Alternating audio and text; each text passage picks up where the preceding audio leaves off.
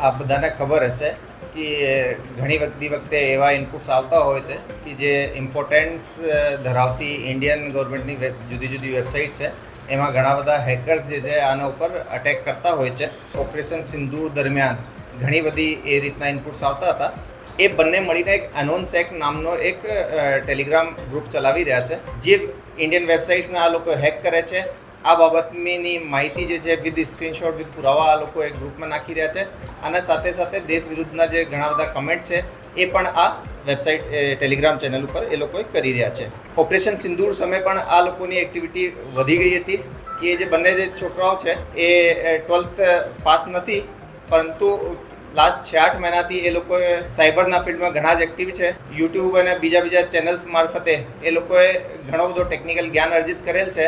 7 મહિના દિવસે પણ એ લોકોએ 20થી વધારે વેબસાઇટ ઉપર આ રીતના અટેક્સ કર્યા હતા. અને એ વિશે પણ જ્યારે એ લોકો એના પુરાવા એના ચેનલ ઉપર મૂકતા હતા તો એ બાબતે પણ એ લખ્યા છે કે India may have started it but we will be the one to finish it. જે 50થી વધારે જે વેબસાઇટ છે વિવિન defence, finance, aviation, urban development અને સ્ટેટ ગવર્મેન્ટની વેબસાઇટ છે એના ઉપર આ લોકોએ આ રીતના અટેક્સ કરતા હતા.